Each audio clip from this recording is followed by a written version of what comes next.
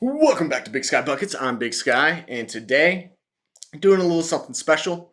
I'm gonna tell you who my all-stars are for the year because all-star voting starts tomorrow. And really here I want to get across, this is not my predictions of who's gonna make the team, but who I think is deserving. And before we begin, if you're new to the channel, please consider subscribing. I'd really appreciate all the subscriptions as I get this thing up and going. It'd really mean a lot to get more support so that I can pump out more content.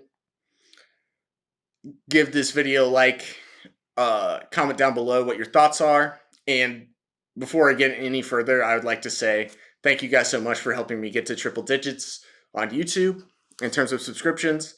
It means a lot and really makes me happy, and I want you guys to know that I'm very thankful. If you're an audio-only listener, give it a rate, give it a listen, and let's jump into it. So quickly, I was gone with the family thing this past weekend, or since like Wednesday, so I'm back. So I'm going to pump out a lot more content going forward. Let's start here. So the big change to the All-Star game this year is essentially that it's, for the most part, it sounds like it's going to be positionless basketball, but now I think the reserves are positionless, and the starters, to me, like, if I get this wrong, I'll come on here and leave like a comment if like I was wrong. Maybe I'll redo it in another day and I'll delete the video. Maybe we'll see. But to me, I'm going to go position basketball for the starters because I think that's worth doing. And then the reserves, I think, are going to be positionless because especially in the East, there's a lot of guards here that are deserving, and I'm going to give a lot of guards credit. But let's start with the center for the East. Joel Embiid. He leads the league in points per game with 34.2 points per game. He averages 11.7 rebounds per game, 6 assists per game, and 3 stocks, which is steals and blocks, defensive statistics, counting stats. He's leading the MVP ladder right now, which makes sense because he's like on an all-world tear currently. The biggest criticism for him right now is that he's playing a lot of bad teams. But again, if he doesn't even have to play in the fourth quarter, then it's kind of hard to criticize that. Like, he's taking them seriously enough, right? The thing that's going to dispel this is just, it sucks for 76ers fans. They're going to have to go through a lot more criticism online until the playoffs begin. Because a really great playoff run from Embiid, and you're not going to hear this a lot anymore. Of course, there are going to be some trolls and people like giving people shit in general, but Embiid just needs an all-time run. However, for what we are getting right now, he is so deserving of being the starting center in the East. The starting power forward, to me, is the best player on the second best team in the East. Giannis Antetokounmpo, averaging 31.4 points per game, 11 rebounds per game, 5 assists per game, on 2.6 stocks. I mean, it started off with the Bucks like they didn't really know what they were doing, and a lot of it was Giannis trying to defer to Dame to get him in the zone. But as time progressed, whenever Dame didn't have it going, Giannis just went absolutely ballistic. I believe he has the most points in a single game this year with 64 against the Pacers, so that's a highlight point to put him as the starting power forward, but I think a lot of people are going to put him as the starting power forward anyway. This right here is not controversial. We'll get to the controversy in a little bit. Starting point guard in the East, Tyrese Halliburton, 25.5 points per game, 4 rebounds per game, 11.9 assists per game on almost 50-40-90 splits, 51.7, 42.7, and 87. So 50-40-90 is basically the elusive club of, if you can average 50-40-90, you're about as efficient as humanly possible with the amount of shots that one attempts. So 51.7% from the field, 42.7% from three, and 87% from the free throw line on high usage. That's pretty damn good. Starting small forward, best player on the best team in the East. Jason Tatum, 27.3 points per game, 8.7 rebounds per game, 4.1 assists per game. And like I said, best player on the best team in the East. Hard to debate this one. This is where we get to some controversy. I see a lot of people saying Tyrese Maxey is the starting shooting guard, essentially. I do not believe that, actually. I think he will make the All-Star game regardless, but I don't think he will be a starter. Instead, I think that Donovan Mitchell of the Cleveland Cavaliers will be. 27.3 points per game, 5.5 assists per game, 1.9 steals per game, 5.8 rebounds per game, and the defensive metric of dunks and threes, effective plus minus, would tell you he's the best defensive guard in this entire list, in the East specifically. So that's his claim to fame to me, and especially with where the Cavs are right now. Without Darius Garland for a while, without Evan Mobley for a while, if they stay afloat while this voting the voting takes like a month, I think you'll notice an uptick, especially if they are winning games that they have no business winning without two other all-star caliber players available to play for them. So I'm going to give him the credit and put him as the starting shooting guard. Let's get into reserves. This is where all the controversy is going to come from. This is where it's going to come from everyone, but especially I think from me, because there's at least one player on here that I think a lot of people are not going to like. Not controversial. Tyrese Maxey. If he's not a starter, he's definitely a reserve. 25.6 points per game, 3.9 rebounds per game, 6.7 assists per game on almost 50, 40, 90, 46.9, 39.3, and 89.9. Splits. He's great. Second best player on the 76ers. He's looking like he's probably just going to run away with most improved.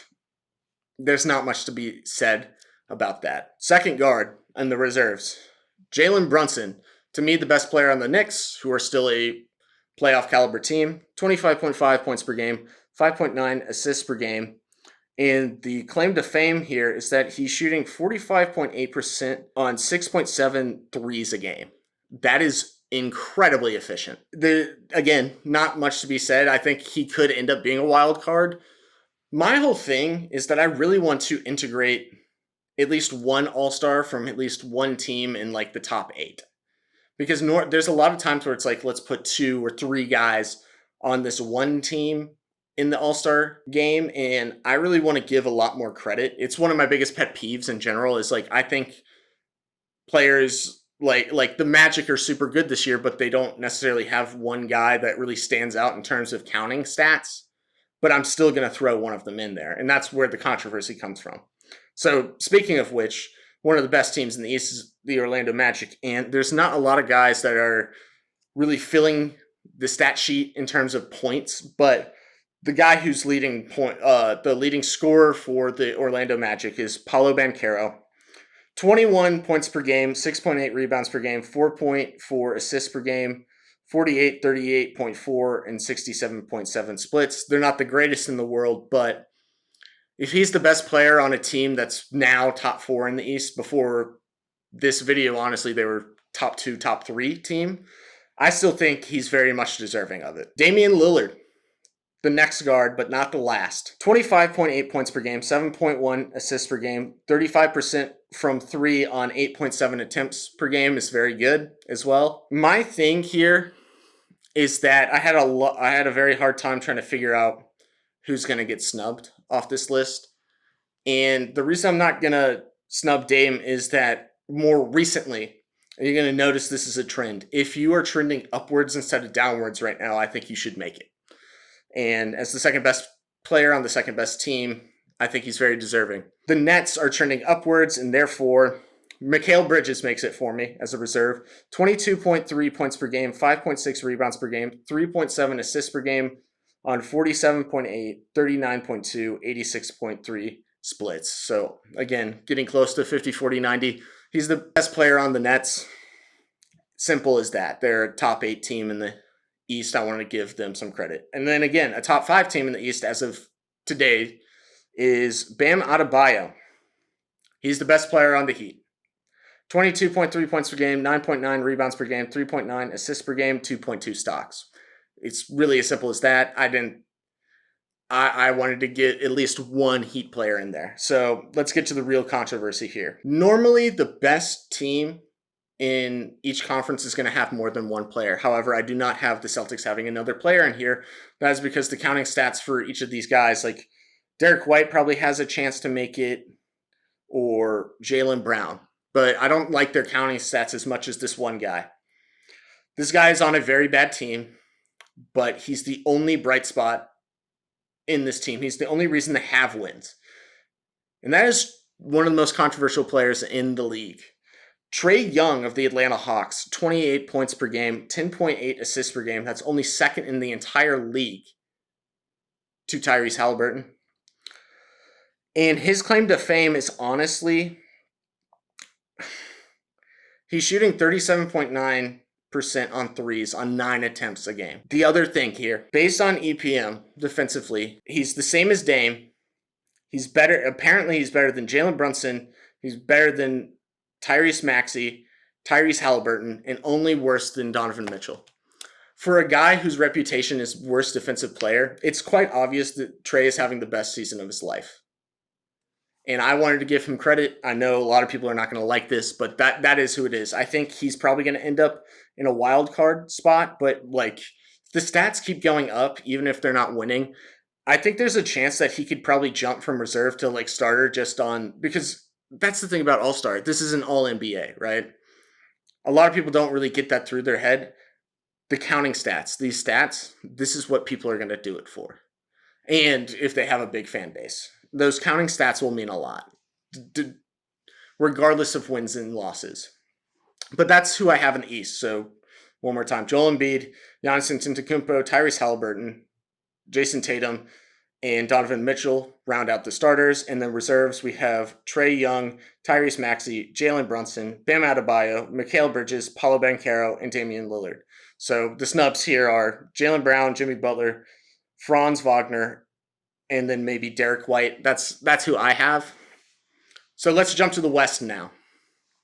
In the West, our starters start with, to me, still the best player in the league, despite counting stats, Nikola Jokic as the starting center in the West, 27 points per game, 12.4 rebounds per game, and 9.5 assists per game. He's almost averaging a triple-double. It's what he does. We're just going to swiftly move along. I don't think anyone has a different center as the starter. Starting shooting guard, Shai Gilgeous-Alexander, who's pretty high on the MVP ladder, along with Jokic, Joel, and Giannis.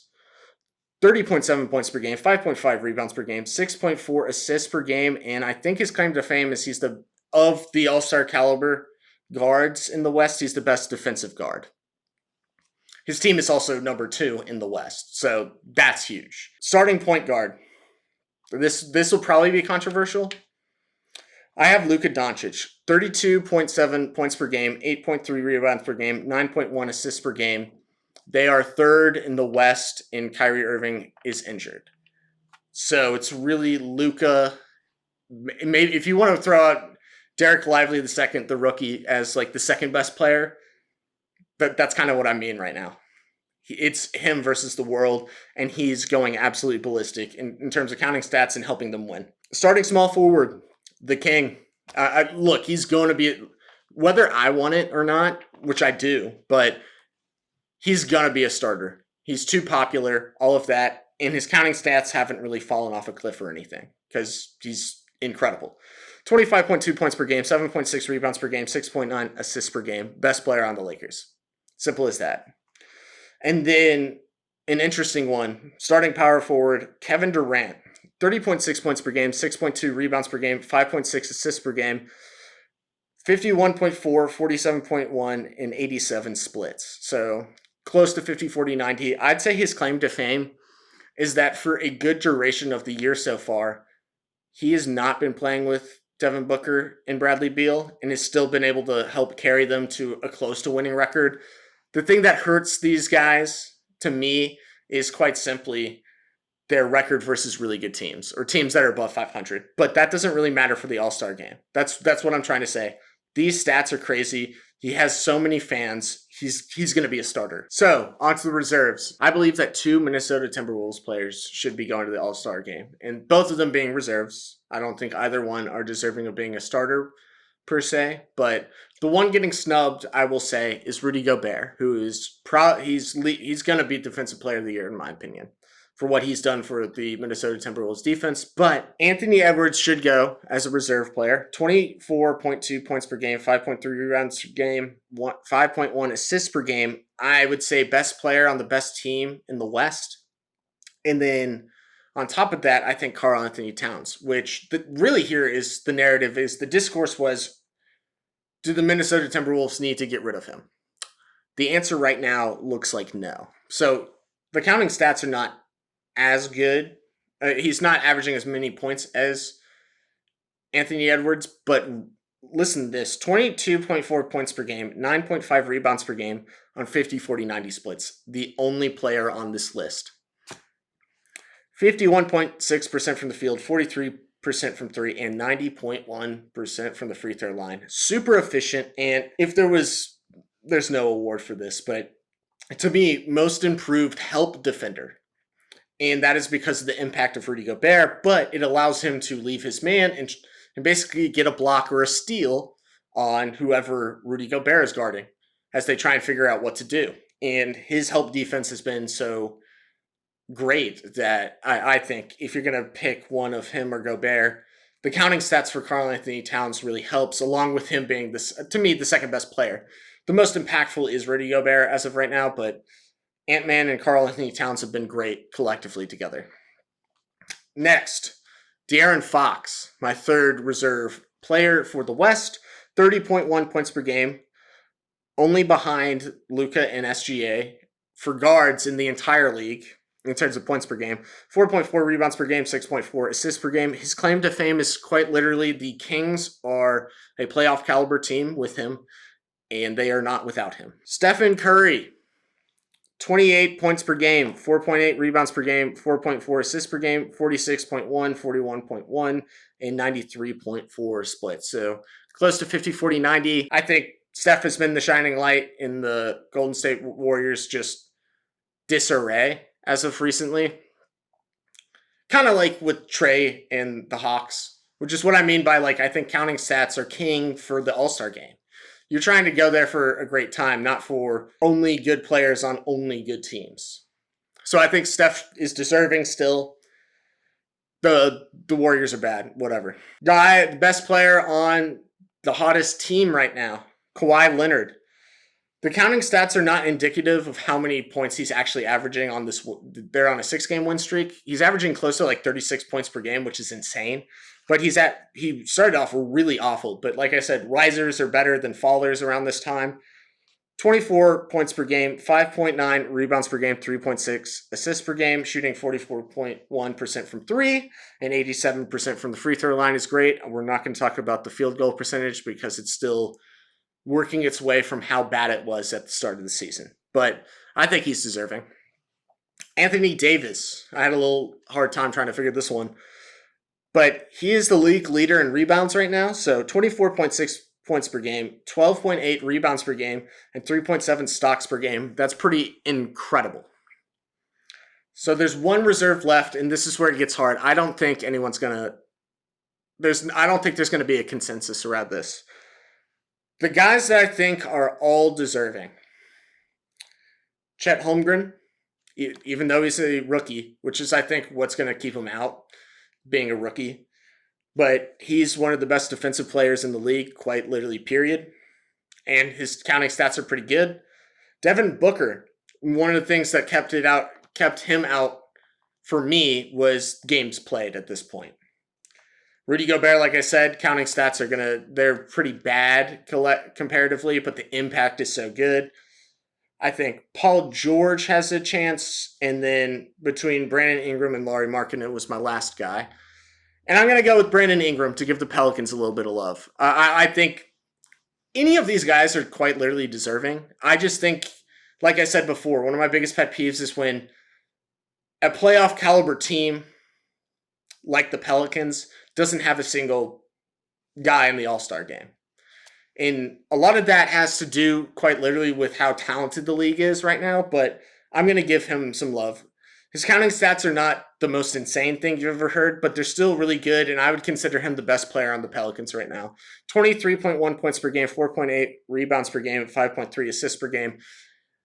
He's developed his playmaking game much better this year, along with Zion and CJ giving the ball up more and it being more team basketball, but I think he's kind of the face of this team right now. So yeah, that's who I got. I'll go over the West again. Jokic, SGA, Luka, LeBron, KD. Starting five. Reserves, Anthony Edwards, Karl Anthony Towns, De'Aaron Fox, Steph, Kawhi Leonard, Brandon Ingram, and Anthony Davis. And yeah, that's who I got. I'll be really interested to see if any of my controversial takes actually end up coming true. We got a long time ahead, and don't worry, there's plenty of time to vote for whoever you think is deserving starting tomorrow. So I really hope you enjoyed this. I know not everyone agreed. I think the biggest takeaway here is that maybe I'm wrong in this, but I think if you guys have differing opinions, I think some of the biggest ones will probably be the Celtics deserve a second All-Star, or even the Oklahoma City Thunder deserve a second All-Star. I think that one's hard, especially with Chet being a rookie. It rarely ever happens. Even LeBron wasn't an All-Star his rookie year.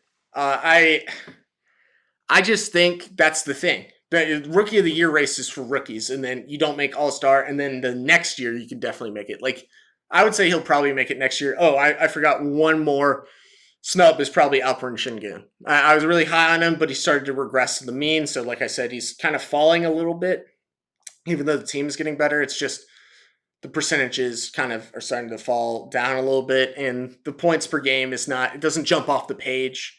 Rebounds or assists per game doesn't jump off the page to you either. So that's what I have for you guys today. I really hope you enjoyed it. I took a lot of time trying to think about this, trying to get it out before voting began, so that you guys might be more interested. I'm sorry if you're a Devin Booker fan. I think there's a realm in which I think he might make it, really. The reason I'll just give this before my sign off. The reason I didn't put him on here is that entire time that he missed is more so supporting Kevin Durant's case. His carry job was quite literally insane. And then when Devin Booker came back, everything worked out well. And Devin Booker is still playing incredible. I still think he's an all-star caliber player. I just think there's a lot more players that have played more than Devin Booker quite currently. I think if he was, and if the argument here, because he's a guard, is if he was in the East, he'd make the All-Star game, I'd agree with you. I would agree with you. The guards in the West are insane. But thank you guys so much for watching, listening. Please subscribe, like, comment. I really hope you enjoyed this one. Try to be civil in the comments. I'll see you guys soon. Peace.